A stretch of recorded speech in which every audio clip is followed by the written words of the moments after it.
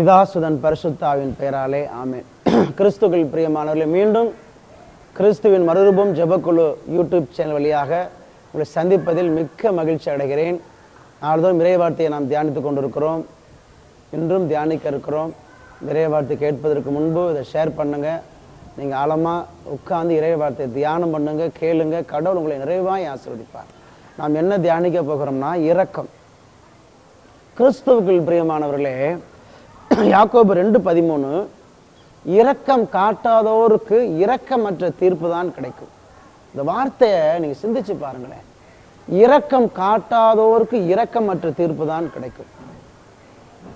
அப்படின்னா கடவுள் இரக்கமுள்ளவராக இருக்கிறார். நம்மளும் இரக்கமுள்ளவர்களாக மாறணும். இரக்கமுடைய ஒரு பெயர் பெற்றோர், ஏனெனில் அவர்கள் இரக்கம் பெறுவார்கள். அவனுடைய மலை பிரசங்கத்தில் மத்தேயு 5வது அதிகாரத்தில் பார்க்கிறோம். பாருங்க, விதவை நகோமி இருந்தார்கள். அவருடைய மருமகள் ரூத்து ஒரு இளம் விதவை. நகோமி முதிர்ச்சியான ஒரு விதவை, ரூத்து ஒரு இளமை விதவை. 2 பேரும் விதவை தான். மோவாபிய நாட்டில இருந்து கிளம்பி வர்றாங்க சொந்த தேசத்துக்கு. அப்ப நகோமி சொல்றாங்க 2 மருமகளை பார்த்து, ஓர்பா ஒரு மருமகள், ரூத்து ஒரு மருமகள், அம்மா எனக்கு வயசாயிருச்சு, நீங்கள் உங்கள் சொந்த நாட்டுக்கு போங்க, அங்கே வேறு கல்யாணம் பண்ணி சந்தோஷமாக இருங்கன்னு சொல்கிறாங்க. உடனே ஓர்பா மாமியார் நகோமி விட்டு விலகி போயிட்டாங்க. ஆனால் ரூத்து சொல்கிறாங்க, நான் உங்களை விட்டு விலகவே மாட்டேன், நீங்கள் எங்கே போனாலும் நான் அங்கே தான் வருவேன், உங்கள் தேசம்தான் என்னோட தேசம், உங்கள் கடவுள் தான் என் கடவுள்னு சொல்லி அந்த தன் மாமியாருக்கு முழு இரக்கத்தை கொடுத்தாங்க. முழு இரக்கம். இவங்க போய் எப்படி இருப்பாங்க பாவம், முதிர்ந்த வயசுல போய் எப்படி சாப்பிடுவாங்க, எப்படி உழைப்பாங்கன்னு சொல்லி தன் மாமியாருக்கு உதவி செய்வதற்காக அந்த ரூத்து தன்னையே கையளித்தார்கள். கடவுள் என்ன செய்தார் தெரியுமா? தன் மாமியாருக்கு இரக்கத்தை கொடுத்த ரூத்து வாழ்க்கையில, பட்ட மரமாயிருந்த ரூத்து வாழ்க்கையில ஒரு பசுமையை கொடுத்தார். அடுத்தவங்களுக்கு உதவி செய்ய போன ரூத்து வாழ்க்கையில ஒரு புதிய வாழ்க்கை பிறந்தது. ரூத்தோட கணவர் போவாஸ் என்ற மனிதர் மூலமா மீண்டும் ரூத்து வாழ்க்கையில ஒரு புதிய வாழ்க்கை மலருதுங்க. கடவுள் போவாஸை அனுப்பி பட்டமரமாயிருந்த ரூத்து வாழ்க்கையில ஒரு புதிய குடும்பத்தை கொடுத்து, அழகான குழந்தையை கொடுத்து ஆசீர்வதித்தார். அடுத்து இருப்பவர்களுக்கு இரக்கம் காட்ட முயற்சித்த ரூத்து வாழ்க்கையில இரக்கத்தை கொடுத்தார். எனவே இந்த இறை செய்தி கேட்கிற நீங்களும் அடுத்தவர்களுக்கு இரக்கத்தை கொடுங்க. உங்க வாழ்க்கையில பட்ட மரமா இருக்கிறதெல்லாம் பசுமையாய் மாறும். நீங்க எதிர்பார்க்காத ஆசீர்வாதம் இரட்டிப்பாய் உங்களுக்கு கிடைக்கும். கடவுள் அதைத்தான் எதிர்பார்க்கிறார். இரக்கம் காட்டுகிறவர்களுக்கு கடவுள் இரக்கத்தை கொடுப்பார். என இரக்கம் உள்ளவராய் மாறுங்க. அடுத்தவருக்கு இரக்கம் காட்டும் பொழுது கடவுள் நிச்சயமாய் நமக்கு இரக்கத்தை தருவார். பைபிளில் கடவுள் சொல்லுகிறார். மத்தேயு 25வது அதிகாரம் 35-36 இறை வார்த்தைகள் என்ன சொல்றார் தெரியுமா? 6 கேள்வி கேட்கிறார். நான் பசியா இருந்தேன், தண்ணி கொடுத்தீங்களா? உணவு கொடுத்தீங்களா? நான் தாகமா இருந்தேன், தண்ணி கொடுத்தீங்களா? சிறையில் இருந்தேன், பார்க்க வந்தீங்களா? ஆடை இல்லாமல் இருந்தேன், ஆடை கொடுத்தீங்களா? இதைத்தான் கேட்கிறார். இரக்க செயலை தான் கேட்கிறார். இரக்க செயலை செய்தவர்களுக்கு அவர் பரலோகத்தில் இடத்தை கொடுக்கிறார். இந்த இரக்க செயலை செய்யாதவர்களுக்கு என்றும் அணையாத நரகத்தில் தள்ளுகிறார்.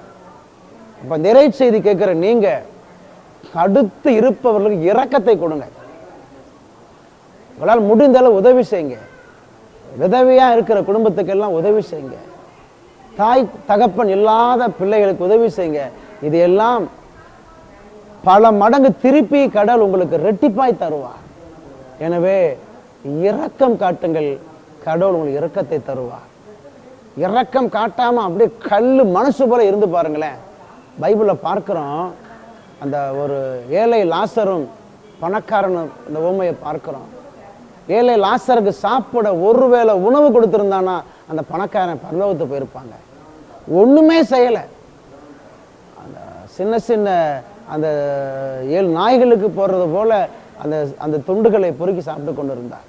அதை கூட கொடுக்கல. நாய்கள் புண்ணெல்லாம் நக்குது. 2 பேரும் இறந்தாங்க. லாசரும் இறந்தார், பணக்காரன் இறந்தார். இரக்கம் காட்டாத பணக்காரன் நெருப்புல போய் விழுந்தான்.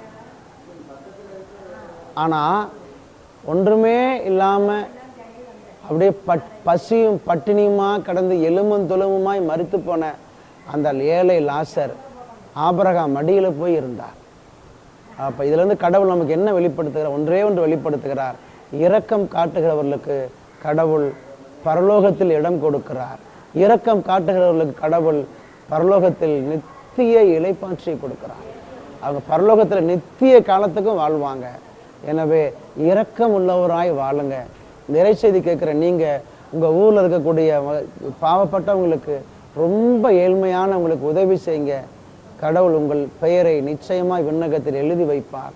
அதற்கான கைமாறு தருவார். கண்களை மூடி நாம் ஜெபிப்போம். மகா இரக்கத்தின் ஊற்றான தகப்பனே, இரக்கத்தை தருகிற தகப்பனே, இந்த இறை செய்தி கேட்கிற ஒவ்வொரு பிள்ளைகளையும் உங்க பாதத்தில் ஒப்பு கொடுக்கிறோம். அப்பா, ரூத்து தன்னுடைய மாமியார் நகோமிக்கு இரக்கம் காட்டினார்கள். அதனால் ரூத்து வாழ்க்கையில் அற்புதங்களை செய்தீர். அதுபோல இந்த இறை செய்தி கேட்கிற பிள்ளைகளுக்கும் அடுத்தவர்களுக்கு உதவி செய்ய வேண்டும் என்ற உள்ளத்தை இரட்டிப்பாய் கொடுங்க. இதன் மூலமா இந்த பிள்ளைகள் ஆசீர்வாதத்தை பெற்றுக்கொள்ளட்டும். உமது மாபெரும் பரிசுத்தாவின் வல்லமை இந்த பிள்ளைகள் எல்லார் மீதும் இறங்கட்டும். இந்த இறை செய்தி கேட்கிற ஒவ்வொரு பிள்ளைகளுக்கும் என் ஆண்டு இயேசுவே உங்க நாமத்துல ஆசீர்வாதத்தை கொடுங்க. உங்க நாமத்துல இரட்டிப்பான ஆசீர்வாதத்தை கொடுங்க. வழிநடத்துல இயேசு கிறிஸ்துவின் மூலம் ஜெபிக்கிறேன் பிதாவே. ஆமேன், ஆமேன், ஆமேன்.